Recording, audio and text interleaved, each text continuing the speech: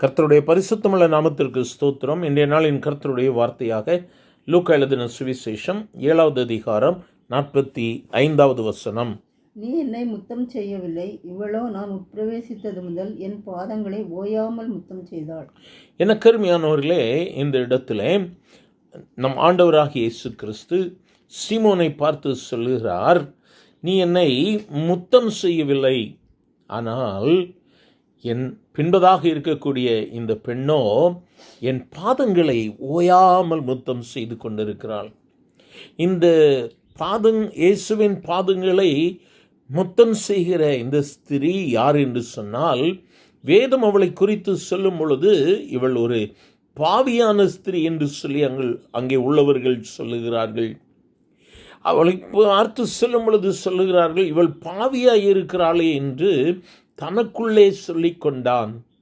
ஆகவே ஒரு பாவியாகிய ஸ்திரீ இயேசுவின் பாதத்தை முத்தமிடும் பொழுது அவர் அதை மிகவும் நேசிக்கிறார்.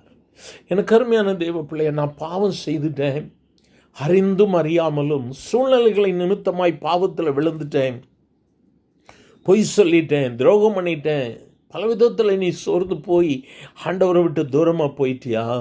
ஆண்டவர் மன்னிக்கிற தெய்வம். அந்த பாவியான ஸ்திரீ இயேசுவின் பாதத்தை முத்தமிடுகிறாள். இந்த இயேசு கேட்கிற ஒவ்வொருவருக்கும் ஒரு சந்தர்ப்பத்தை கொடுக்கிறார்.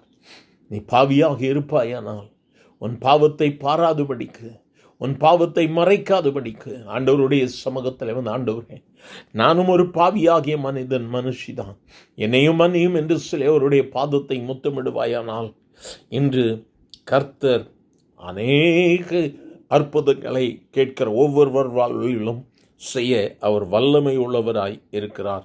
இந்த நாளிலும் ஆண்டவருக்கு நம்மை ஒப்பு கொடுக்கலாமா? ஆண்டவருடைய பாதத்தை முத்தமிடலாமா? ஆண்டவருடைய சமூகத்தில் சொல்லலாமா? நம்ம ஆண்டவருக்கு நிறைய செய்துட்டு இருக்கலாம்.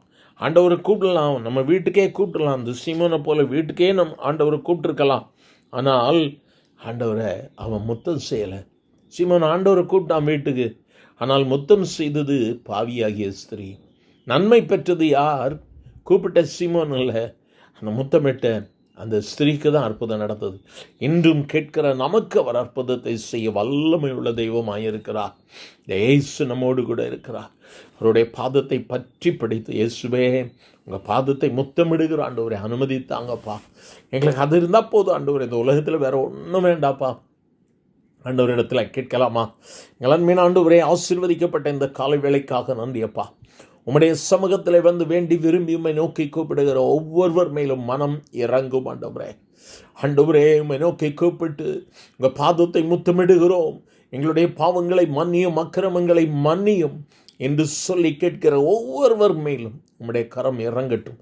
நீதிமான்களை அல்ல, பாவிகளையே ரட்சிப்பதற்காக வந்தேன் என்று சொன்ன தெய்வம் அல்லவா? என்றும் கேட்கிற ஒவ்வொருவரும் ரட்சிப்பை புதியதாக்கி நீர் கொடுக்கிற தயவிற்காய் ஸ்தோத்திரம். புதிய ஆசீர்வாதங்கள் தொழிற்கட்டும். இயேசுவின் நாமத்தில் பிதாவே, ஆமேன், ஆமேன்.